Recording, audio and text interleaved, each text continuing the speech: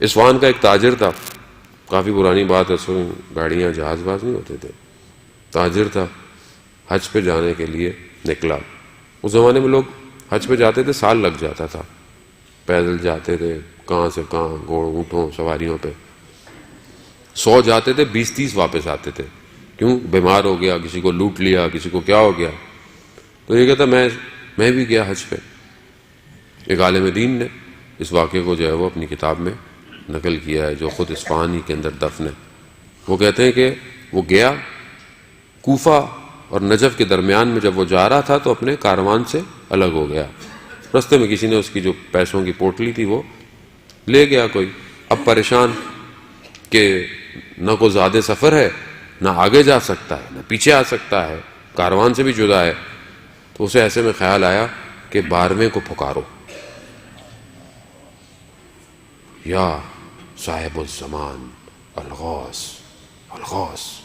کہتے جیسے ہی میں نے یہ پکارا تو دیکھا بیابان میں ایک گھوڑا سوار نمودار ہوا۔ اچانک سے جب وہ گھوڑے سوار میرے قریب آیا تو میں نے کیا دیکھا، یہ تو ہمارے شہر کا دروغہ تھا۔ وہ جو پرانے زمانے میں، جیسے آج کل کے زمانے میں تو سب کیمرے لگ گئے، چوکیدار جو ہوتا تھا، جو رات کو چوکیداریاں کرتا تھا، وہ تھا۔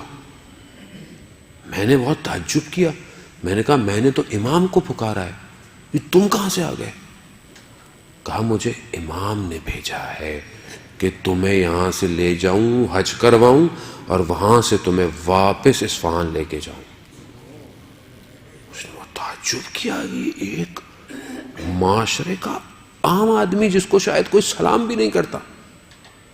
اس لیے خدا کہتا ہے کہ تمہیں نہیں پتا تمہارے برابر میں بیٹھنے والا مجھے کتنا عزیز ہو۔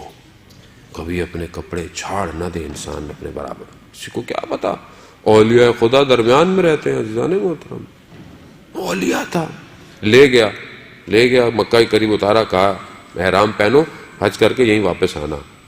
واپس آیا واپس اصفہان لے گیا، پلک جھپکتے لے گیا۔ یہ پلک جھپکتے کیوں؟ معراج کا اتنا بڑا معجزہ ان کے ماننے والوں کے لیے، جنہوں نے اللہ نے اپنے محبوب کو، جس کو ملی سیکنڈز میں ساتھ، جس پہ آج تک دنیا اسپیس پہ پتہ نہیں کیا کیا بھیج رہی ہے، ہبل ٹیلیسکوپ آ رہی ہیں، ابھی تک تو وہ بلیک ہول تک بھی نہیں پہنچے ہیں، اس کے آگے پتہ نہیں کتنی کہانی ہے۔ تو اس کے ماننے والے پلک جھپکتے دنیا میں جدھر ہو جائے، ان کے لیے کون سا مسئلہ ہے؟ واپس لے آئے، مگر کہا کسی کو بتانا نہیں، بولنا کھو گیا تھا۔ اب جب یہ پہنچا اصفہان تو لوگ مبارکباد دینے آئے، تو یہ بھی آیا۔ ابھی جیسے آیا تو وہ تاجر نے کہا میں اٹھوں اس کے پاؤں پڑوں، تو اس نے اشارہ کیا کہ ایسا مت کرنا، پیچھے ہو گیا۔ جب سب چلے گئے تو کہا یہ کیا کر رہے تھے؟ کہہ رہا جیسے پہلے سلام کرتے تھے ویسے ہی سلام کرو، یہ راز کو جب تک میں زندہ ہوں کسی کو بتانا نہیں۔ کچھ دن بعد کہتے ہیں دوبارہ آیا، اس نے مجھے کہا کہ یہ کچھ پیسے ہیں، فلانے روز فلانی جگہ آ جانا، میں مر چکا ہوں گا، میرے غسل کفن کر کے مجھے دفنا دینا۔ وہ عالم دین جنہوں نے کتاب میں اپنے واقعہ نقل کیا، وہ کہتے ہیں کہ میں نے وصیت کی تھی کہ مجھے اس دروغہ کے برابر میں دفنانا تاکہ روز قیامت میری شفاعت کر سکے۔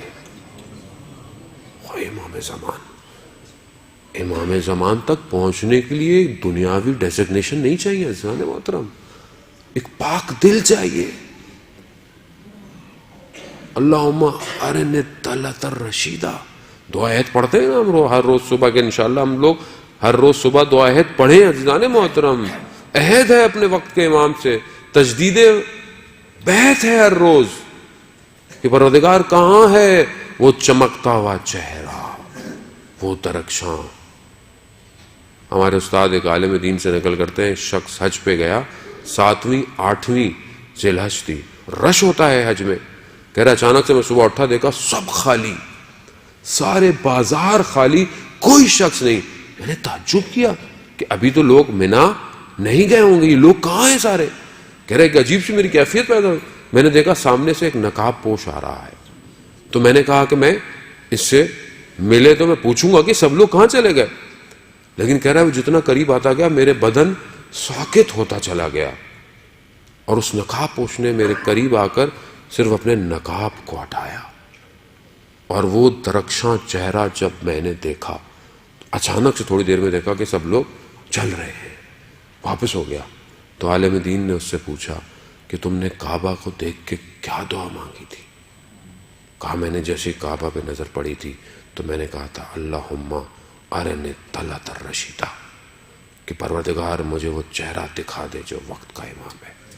تو وہ کہتے ہیں کاش تو نے یہ بھی کہہ دیا ہوتا کہ مجھے کلام بھی کروا دے اس سے۔ عزیزان محترم، دلوں کا طبیب ہے امام زمان۔